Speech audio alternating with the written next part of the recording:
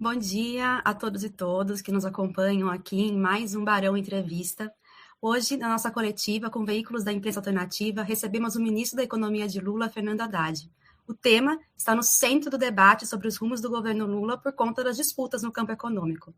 Retransmitem a nossa entrevista hoje a TVT News, a TV 247, a Fórum, a TV Vermelho, a Carta Capital, a Pão com Ovo e a Rádio e TV Atitude Popular. Eu sou Larissa Gold, da coordenação aqui do Barão de Tararé, sou uma mulher branca, de cabelo na altura dos ombros e estou com uma blusa vermelha e preta. E aproveito para pedir que a turma já se inscreva aqui no canal, siga nossas redes sociais e compartilhe essa entrevista. Ela fica disponível no nosso canal e no canal dos nossos parceiros, para quem não conseguir ver, aproveita para ver depois. Fernando Haddad, que é advogado, mestre em economia e doutor em filosofia pela Universidade de São Paulo. Queria te convidar aqui agora o ministro, por favor, para entrar na nossa sala. Queria, então, já chamar aqui para o primeiro bloco o Luiz Carlos Azenha, da Fórum, para fazer a nossa primeira pergunta. Bom dia, ministro. Me escuta? Agora sim. Agora sim. Beleza. Bom, eu vou direto ao assunto, então. É isso, Larissa? Eu queria perguntar ao ministro sobre a taxação. Obviamente, a pergunta do dia é sobre a taxação do Donald Trump. Ministro, o Brasil, os Estados Unidos não são o grande importador do Brasil, mas é significativo uma tarifa de 50% em setores específicos, né, em empresas específicas. Não é algo que possa ser descartado. Existe espaço para negociação, uma vez que o que o Trump está pedindo é fora da esfera comercial, é uma questão política? E, em segundo lugar, a reação do senhor à posição do governador de São Paulo, o Tarcísio de Freitas, que é o estado que mais será afetado, ministro, por essa taxação de 50%. Muito obrigado pela entrevista. Azenha, é muito prazer em te ouvir. Fazia tempo que eu não falávamos. Um prazer grande te ouvir. Olha, eu acredito que essa decisão é uma decisão eminentemente política, porque ela não parte de nenhuma racionalidade econômica.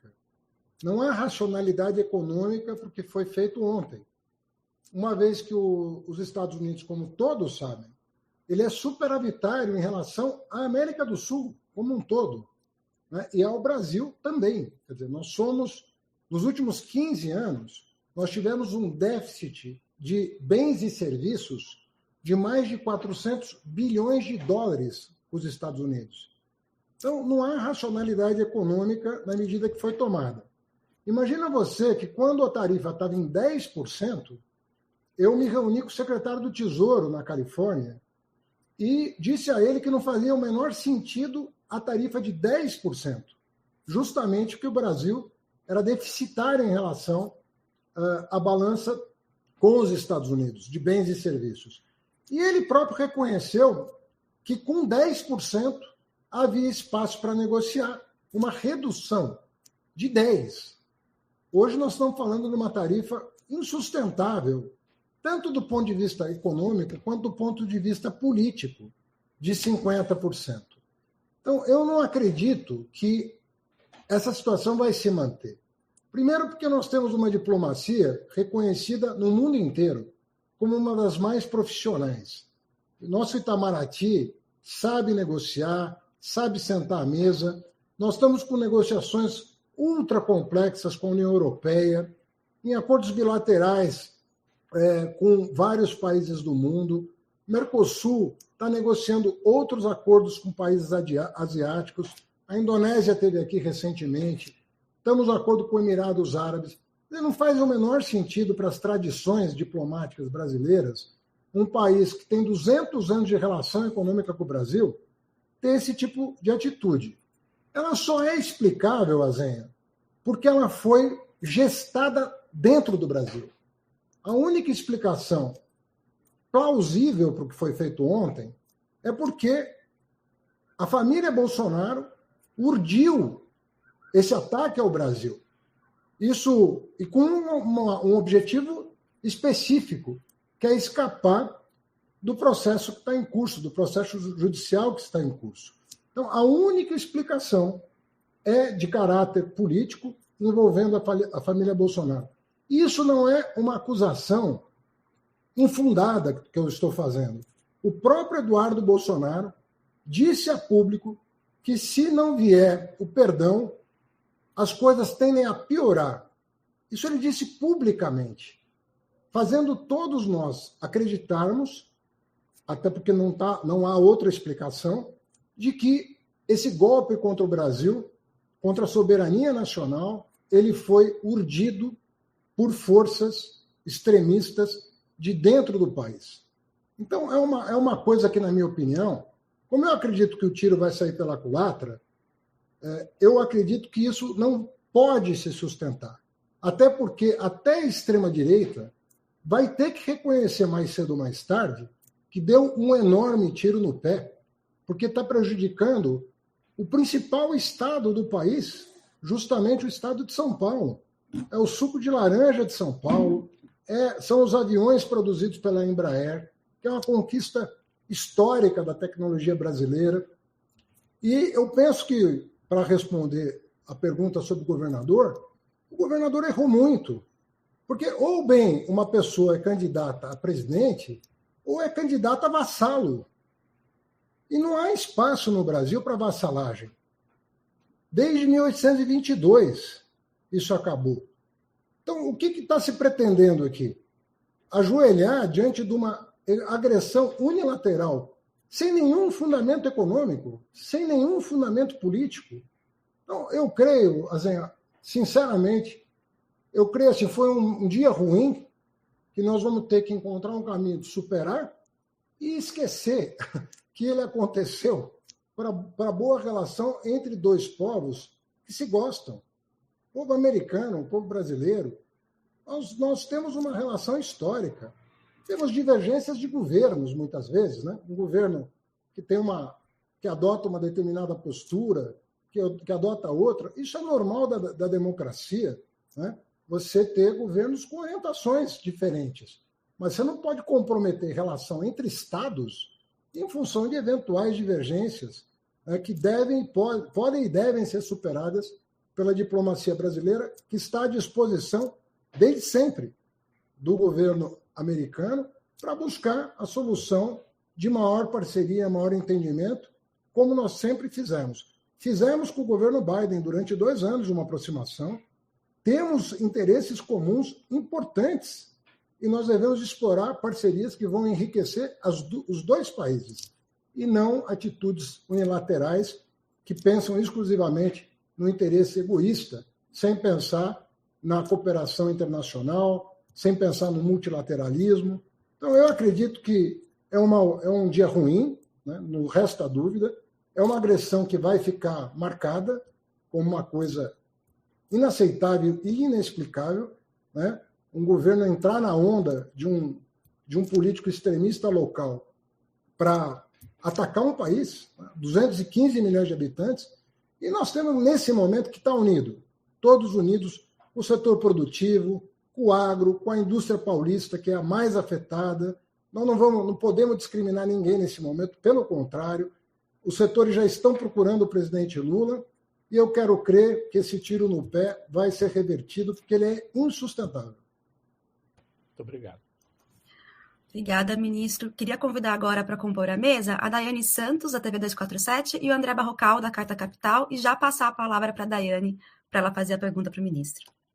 Muito bom. Ministro, primeiro, obrigada por nos atender as mídias independentes num dia como esse, sinaliza muito, né, do seu compromisso com a comunicação democrática. Isso cai muito bem para este momento tão decisivo do nosso país. Eu queria continuar nesse assunto, que é o assunto do dia, certamente. Muitos analistas na grande mídia têm dito que o governo brasileiro não teve um alinhamento maior para o diálogo com o governo Trump, enquanto a extrema-direita fez isso, nadando de braçada. No entanto, o Trump impôs tais medidas tarifárias a outros países, inclusive países aliados, né? Eu queria ouvir como é que o senhor responde a essa questão. Há um espaço para o diálogo no governo Trump, ou esse diálogo é fechado, interditado, e, ao mesmo tempo, criando aqui ainda essa questão dos BRICS, queria que o senhor falasse um pouco se essa taxação do Trump tem essa conotação direta em relação aos BRICS. O Bolsonaro acabou entrando aí, favorecendo o discurso da extrema-direita por alinhamento. Mas o senhor vê uma ação para tentar frear a postura do Brasil com maior autonomia alinhando aos BRICS? Primeiro, há uma enorme confusão a respeito da atitude brasileira. O Brasil ele tem tamanho para não pensar em se alinhar a um bloco econômico, né, por mais importante que ele seja. O mesmo país que está negociando com China, Índia, Rússia, África do Sul e outros membros que recém aderiram aos BRICS, como alguns países do Oriente Médio, que têm muitos recursos para fazer investimentos, é o mesmo país que está buscando, desde da posse do presidente Lula, o acordo com a União Europeia, que tudo indica pode ser assinado até o final do ano, inclusive com o apoio da França, né, se forem observadas algumas condições, né, que estão na mesa de negociação. É o mesmo país que, durante 2 anos e meio, buscou, sobretudo na área de biocombustíveis, de defesa do trabalho, acordo com o governo dos Estados Unidos durante a administração Biden. Nós não mudamos a atitude em relação ao governo dos Estados Unidos, respeitando a escolha do povo americano, né, e dizendo, continuamos abertos a parcerias. Eu repito, nós temos muitas áreas de interesse comum, na área da tecnologia, na área da transformação ecológica, na área da transição energética. São temas importantes. Existem cadeias produtivas na indústria absolutamente complementares entre Brasil e Estados Unidos. A Embraer não vende aviões para os Estados Unidos, compra as peças de lá também. Ou seja, é uma via de mão dupla que sempre foi vista com muita simpatia pelos dois lados. Um comércio muito equilibrado, na casa de 40 bilhões de dólares por ano, muito equilibrado também do ponto de vista da pauta. A gente não vende só commodity, a gente vende produtos industrializados para lá, máquinas, equipamentos, aviões, produtos alimentícios processados. Isso tudo se conhece.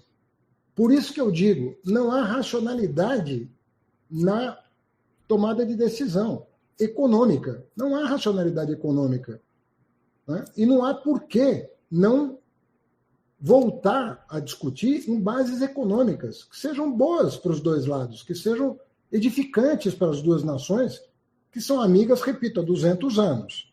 Né? Agora, quando você tem uma força interna trabalhando contra o interesse nacional, em proveito do interesse individual, aí você tem problemas. E aí você começa a inventar as teorias da conspiração para justificar o inaceitável, que é o fato de que uma pessoa, um brasileiro, que presidiu o país, está conspirando contra os interesses nacionais em proveito próprio.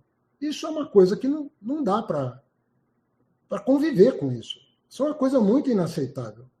Né? Setores econômicos hoje estão, né, de cabelo em pé, buscando o apoio do governo e tudo mais para buscar uma solução para um problema criado por uma família. Nós temos que falar, e não é assim, isso é uma elucubração, isso é assumido publicamente pela pessoa que está nos Estados Unidos, em nome da família Bolsonaro, conspirando contra o Brasil e ameaçando o Brasil, dizendo que se não houver anistia, a situação tende a piorar. O que significa isso? É uma coisa que, assim, eu não conheço precedente histórico de uma coisa tão vergonhosa como a atitude dessa família. Obrigada, ministro. Obrigada, Daiane. E agora, por favor, André Barrocal, da Carta Capital. Pelo senhor ter atendido aqui o pedido de entrevista do Barão de Itararé. Ministro, eu tenho 2 perguntas. Uma ainda é sobre o caso dos Estados Unidos, a outra é sobre IOF. Em relação aos Estados Unidos, eu gostaria de insistir um pouco na abordagem da pergunta anterior, sobre os BRICS. O secretário de Defesa dos Estados Unidos, em uma entrevista no mês de abril, disse que a América Latina voltaria a ser quintal dos Estados Unidos, ele usou essa expressão, e que os Estados Unidos, desde o governo Obama, tinham permitido o avanço da China na América Latina e tinham permitido de forma indevida diante dos interesses nacionais norte-americanos. O senhor vê, o governo brasileiro vê em algo mais profundo nessa manifestação do Trump de agora, que não teria relação apenas com a situação política do ex-presidente Bolsonaro, afinal esse tarifaço vem justamente após uma reunião de cúpula dos BRICS aqui no Brasil. E a segunda pergunta sobre o IOF. Manifestações do senhor, do seu secretário executivo e do presidente da República me deram a sensação de que o governo tem mais o interesse de convencer o Supremo de que o decreto do IOF era adequado e correto do que propriamente buscar um acordo com o Congresso Nacional. É uma percepção correta da minha parte? Sim. Bom, começando pela primeira pergunta, eu já disse e repito, o Brasil é grande demais para ser apêndice de um bloco econômico. Os nossos interesses com a Europa, com China, com os Estados Unidos, eles são de tamanho equivalente. Os Estados Unidos são o país que tem o maior aporte de capital no Brasil. O estoque de investimento americano no Brasil é muito relevante. As exportações do Brasil para a China e o superávit comercial com a China é muito relevante para o Brasil. O acordo com a União Europeia, ele, do ponto de vista econômico, tem uma dimensão, mas do ponto de vista geopolítico, ele é muito importante para a gente evitar rebipolarizar o mundo, que vai trazer prejuízo para todos nós. E nós temos complementariedade com a União Europeia que podem ser exploradas, inclusive do ponto de vista da reindustrialização do país, sabendo fazer. Eu tive a oportunidade, o presidente Lula nem se fala, mas eu mesmo tive a oportunidade de conversar, né, com o ministro das Finanças da Alemanha, com o próprio presidente Macron, quando da ocasião da visita dele ao G20, e há muito espaço para interação. O Brasil, ele acredita numa reglobalização sustentável. A globalização neoliberal, ela realmente não deu certo. Ela produziu enormes desequilíbrios. E isso muito em virtude daquilo que foi a receita do Norte Global.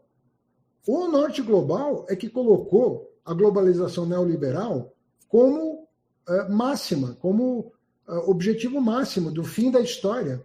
E o que aconteceu foi que houve uma corrida, e nessa corrida a China levou a melhor. Mas a China levou a melhor.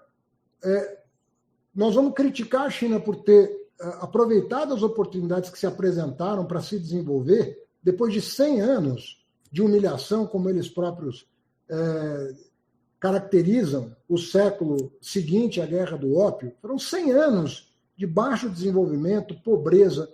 Eles se industrializaram, se desenvolveram. E estão muito longe da renda per capita da Europa e dos Estados Unidos. Mas ainda assim se tornaram uma potência. Mas se tornaram uma potência por culpa da América Latina? Se tornaram uma potência por culpa da África?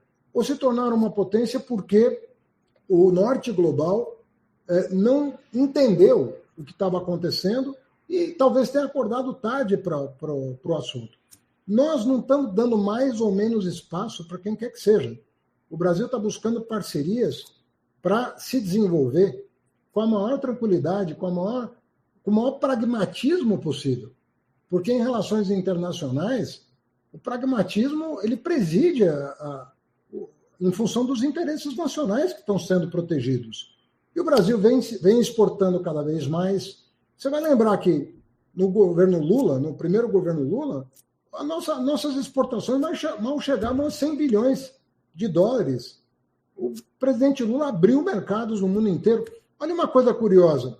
O pessoal fala muito que o Brasil é um mercado fechado. A nossa alíquota efetiva de importação, você pegar tudo que a gente importa e quanto de imposto de importação é cobrado, dá 5,2% de tarifa efetiva. Sabe quanto que é a tarifa efetiva dos produtos importados dos Estados Unidos? Metade disso. 2,7%. Ou seja, é um tipo de narrativa que não tem aderência à realidade. Não tem aderência. Se tivesse, nós deveríamos estar negociando. Mas nem isso, não tem aderência nenhuma aos fatos concretos, aos dados econômicos concretos. Então, eu acredito que isso não pode servir de pretexto. O fato do Brasil ser um país multilateral, insistir no multilateralismo, não fazer um alinhamento automático, dogmático, ideológico, se abrir para o mundo, buscar parcerias, isso não pode servir de pretexto, né, para uma atitude assim, sem nenhuma racionalidade, sem equilíbrio nenhum. Então, ponto 1. Nós não podemos abrir mão das parcerias que nós estamos fazendo. Não é sensato fazer. O Brasil tem 215 milhões de habitantes, está entre as 10 maiores economias do mundo. Como é que nós vamos nos alinhar a quem quer que seja, sem abrindo mão de oportunidades que estão disponíveis no mundo todo? Em relação ao IOF, já houve uma decisão, aliás, várias decisões, de que IOF é prerrogativa do presidente da República. Imposto de importação, imposto de exportação, IPI, são as poucas coisas que o presidente da República tem prerrogativa exclusiva, né? Então, existe essa jurisprudência e nas conversas que nós temos mantido com o Congresso, nós estamos dizendo isso. Agora, nós nunca saímos da mesa de negociação, André. Nunca. Nós nunca deixamos a mesa de negociação. Pô, nós estamos há 2 anos e meio aprovando projetos. E muitas vezes se fala mal do Congresso como um todo, mas vamos combinar. Fundos fechados, que eram fundos familiares, nós aprovamos com este Congresso a taxação de fundos exclusivos. Fundos em offshore, em paraísos fiscais, dinheiro que estava em paraíso fiscal sem pagar imposto, nós aprovamos com o apoio do Congresso. Isso já tem 2 anos que aconteceu, não é agora. As BETs, o governo Bolsonaro isentou as BETs de pagamento de impostos. Abriu mão de 40 bilhões de reais de impostos das BETs. Até hoje eu não sei a razão, o que está por trás disso. A correlação entre o governo anterior e as BETs, ou figuras do governo anterior e as BETs. Vira e mexe eu ouço notícias de personalidades do governo anterior visitando, tomando jato, para lá e para cá, com gente ligada às BETs.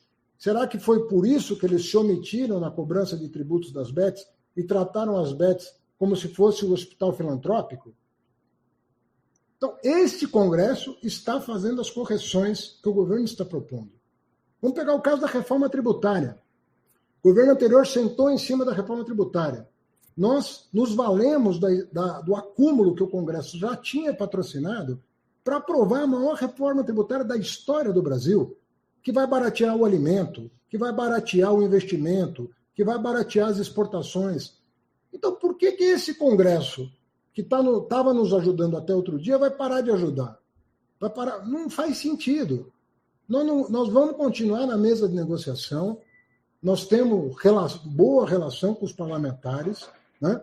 E vamos construir o orçamento de 2026, as metas fiscais de 2025 e 2026, porque é bom para o Brasil. Não é porque é bom para o presidente Lula, não, é bom para o Brasil. Então, nós vamos perseguir esse objetivo. Lembrando que nós temos, vamos dizer, um princípio. O princípio básico é o seguinte: ajuste fiscal é necessário, nós concordamos que é, mas ele não pode, mais uma vez, ser feito em cima da base da pirâmide. Porque o Brasil, ele é conhecido.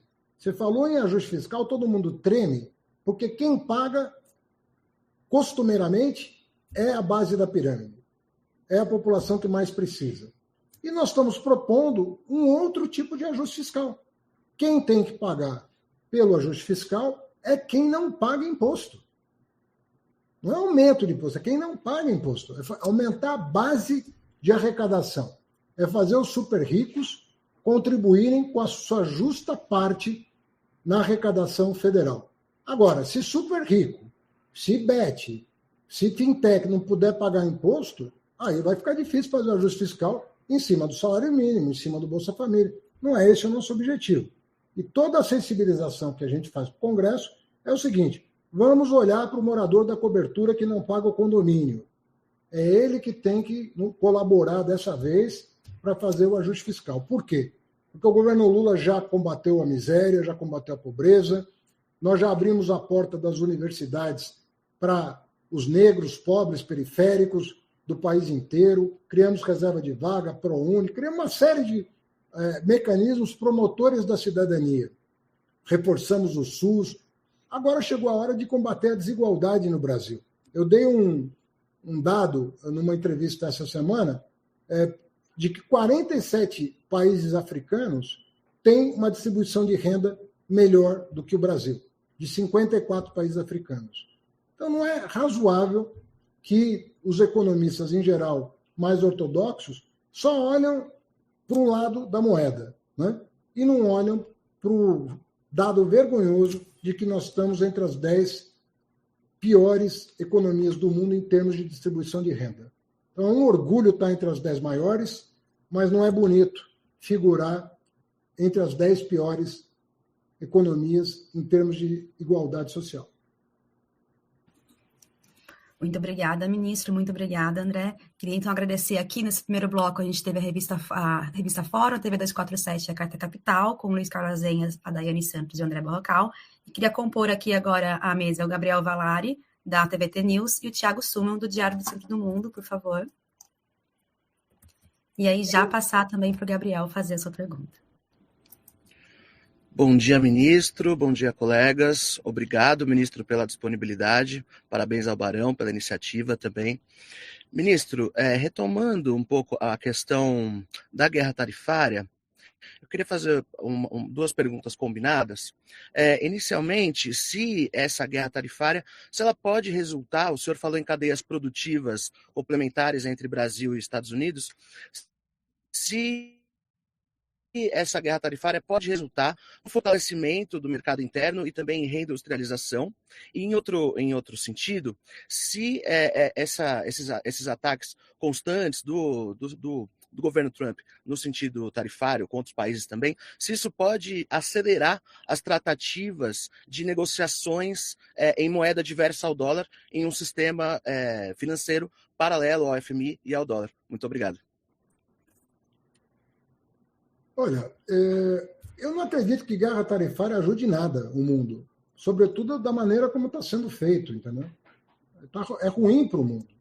O fato de que os Estados Unidos têm um déficit crônico há mais de 50 anos e que os Estados Unidos têm que encontrar uma maneira de lidar com isso não pode servir de pretexto para um tipo de decisão desequilibrada, como essa que foi tomada ontem. Não tem equilíbrio nenhum em relação ao que foi feito com o Brasil ontem. Se explica muito mais pela pretensão política de uma força brasileira de extrema-direita do que propriamente com a racionalidade econômica entre dois países. Então, na minha opinião, eu não acredito que isso possa se manter assim. Eu não vejo base nenhuma para que isso se mantenha assim. E nós temos que fazer valer, inclusive porque eu entendo que o resultado desse tipo de ação vai ser desastroso para quem promoveu. Não vai ser bom para quem promoveu. Não vai ser bom. Isso vai trazer implicações graves que não interessam a ninguém. Então, nós temos que buscar pela diplomacia fazer ver que isso não interessa e talvez quem ajudou a promover esse ataque ao Brasil vai acabar se arrependendo e se mexendo para tentar reparar com uma retórica totalmente torta o estrago que já fez. Mas eu acredito que nós vamos sair dessa porque não tem base, simplesmente porque não tem base. Então, eu não acredito que esse tipo de guerra comercial ajude quem quer que seja. O Brasil vai seguir o seu caminho. Qual é o caminho? O multilateralismo político e econômico. Nós acreditamos nisso. Nós acreditamos que o mundo bipolar é ruim para o Brasil, é ruim para o mundo. Nós acreditamos que alinhamento automático, ideológico, é ruim para o Brasil. nós entendemos que para defender os interesses nacionais, nós temos que aproveitar as oportunidades que se oferecem pragmaticamente, olhar para o mundo com a intenção de não permitir que uma força hegemônica imponha o seu desejo unilateralmente, mas que haja justamente espaço para parcerias múltiplas que permitam um mundo mais equilibrado, mais sustentável do ponto de vista social e do ponto de vista ambiental. É isso que nós estamos procurando. Então, eu não vejo espaço para outro caminho que não seja o definido pelo presidente Lula, praticamente no seu discurso de posse, se nós nos lembrarmos, né? Obrigada, ministro. Por favor, Thiago Summon, do Diário do Centro do Mundo. Thiago, seu microfone está desligado. Muito bom dia, Fernando. Muito bom dia, ministro Fernando Haddad. Ministro, nos últimos dias, nós tivemos o arco, né, de uma melhora da sua popularidade, assim como a do governo, né, em meio ao embate fiscal. Também tivemos essa crise, né, na latência do dia de hoje, que protagoniza não só a relação do governo em defesa da soberania com as declarações de Trump, agravando para esta chegada do tarifaço, que mais uma vez coloca o Ministério da Fazenda na evidência. Tudo isso também, somando aos fatos, nos leva para a rua hoje, porque hoje tem um chamamento do campo progressista para que se reivindique pautas de urgência, que vão também, mais uma vez, colocar na evidência e na responsabilidade do Ministério da Fazenda. São 3 as pautas de ordem: o fim da escala 6x1, né, a isenção de salários mínimos até R$5.000 e também a taxação de super ricos. Tudo isso conectado tem trazido uma militância mais atuante nesse segundo semestre.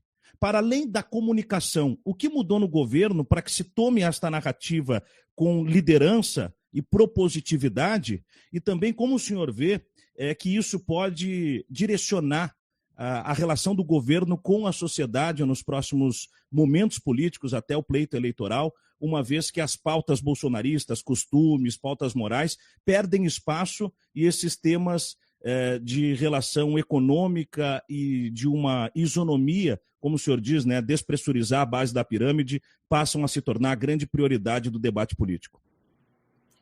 Olha, eu sempre defendi que o nosso campo deveria se voltar para as nossas bandeiras históricas, mas adotar uma forma mais digital de comunicação. Então, voltar às nossas raízes do ponto de vista de conteúdo, mas buscar renovação do ponto de vista de forma. E eu penso, Thiago, que o campo progressista está encontrando esse caminho de dialogar com o dia a dia das pessoas. Uma professora de escola pública paga 10% de imposto de renda retido na fonte. Ela nem vê a cor do dinheiro. Ela não vê a cor do dinheiro. E uma pessoa que ganha R$1 milhão por ano não está disposta a pagar 10%, que é a mesma alíquota da professora de escola pública. Tem alguma coisa de muito errado no Brasil. Eu penso que a reforma da renda, e algumas pessoas falam, mas essa é toda a reforma da renda? Não, nós estamos fazendo a reforma da renda desde o primeiro ano de governo.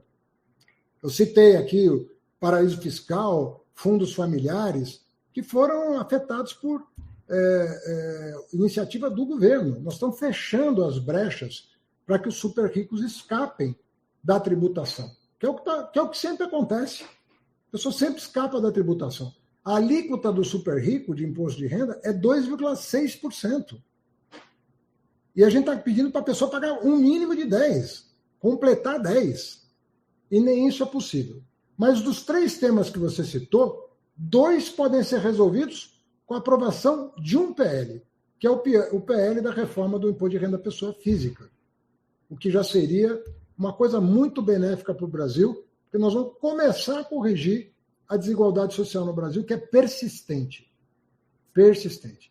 A escala 6x1 é um tema que tem recebido cada vez mais atenção do presidente da República.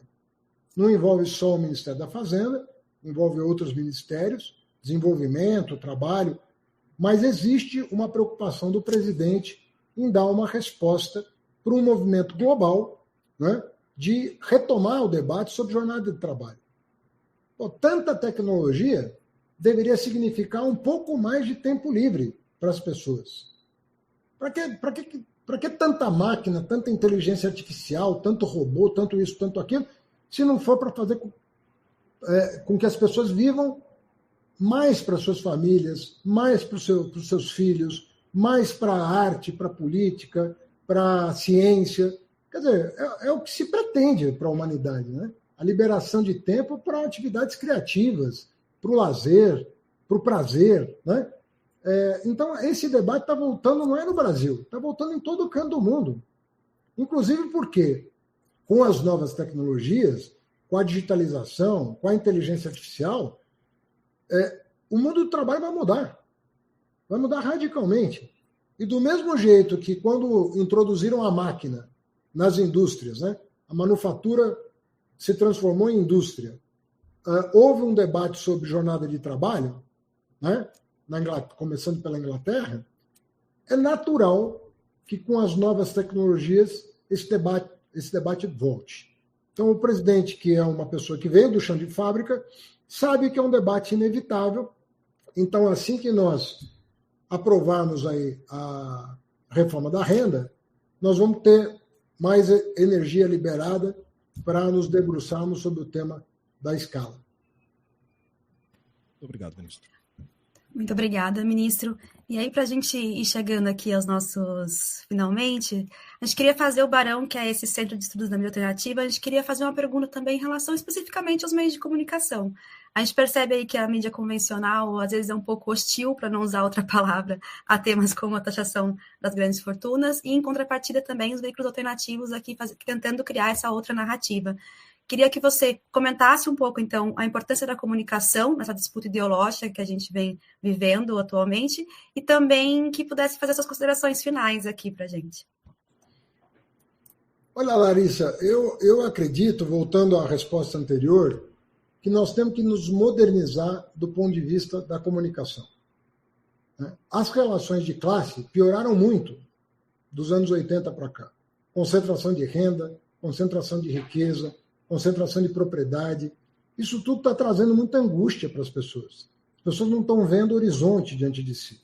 O problema é que, para comunicar essas coisas hoje, você precisa inovar do ponto de vista da forma. E nós temos que diversificar o mais possível.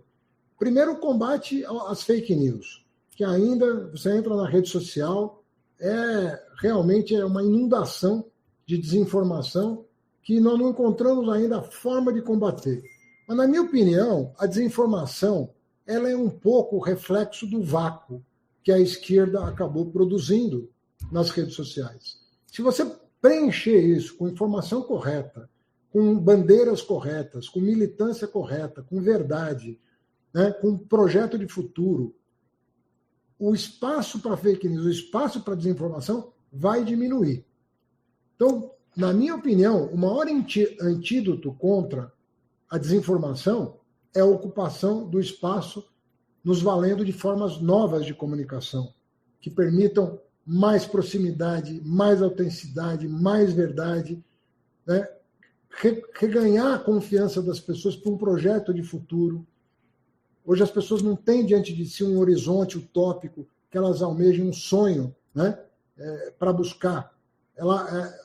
Todo mundo tem medo de não conseguir dar para os filhos a vida que teve, por mais difícil que ela seja. Fala, será que os meus filhos vão poder ter um pouco mais do que eu tive? Né? Se valer do meu trabalho para subir um degrau? Hoje as pessoas têm muita insegurança em relação a isso, com razão. Então, o que nós vamos fazer? Nós vamos, para vender um sonho, você precisa ter um projeto. Né? Senão vai ser, né, mais um delírio do que um sonho. Então, forjar esse projeto de uma sociedade mais equilibrada, onde todo mundo tem espaço, tem a vez, tem a voz, isso é muito importante a esquerda retomar. Senão, nós vamos ser vítima dessa anarquia de informação que prejudica uma narrativa edificante, né, de um futuro melhor. E aí fica a destrutividade pela destrutividade, em que ninguém consegue encontrar um ponto de apoio para projetar um futuro para todos nós. Muito obrigada, ministro. Queria agradecer também todo mundo que participou dessa entrevista. Então, a gente esteve aqui hoje na bancada, junto com o Barão, a revista Fórum, com o Luiz Carlos Azenha, Daiane Santos, da TV 247, o André Barrocal, da Carta Capital, o André Valeri, da TVT News, e o Thiago Suman, do Diário do Centro do Mundo. Retransmitiram essa entrevista a TVT News, a TV 247, a Fórum, a TV Vermelho, a Carta Capital, a Pão com Ovo e a Rádio e a TV Atitude Popular. Foi muito bom, muito importante esse papo. A gente sabe que hoje está sendo um dia bem corrido aí, então muito obrigada. Agradecer a todo mundo que acompanhou até agora. Lembrar que quem não conseguiu ver essa entrevista, ela fica disponível no canal do Barão e nos veículos parceiros, então compartilhem para todo mundo poder ver. Lembrem também de curtir, compartilhar e seguir o canal do Barão, essa importante ferramenta aí da comunicação alternativa no Brasil. Está completando aqui 15 anos, esse ano a gente debutou aqui, então é uma felicidade muito grande poder estar com todos os veículos parceiros com a gente aqui nesses 15 anos do Barão. E é isso, gente, muito obrigada. Obrigado.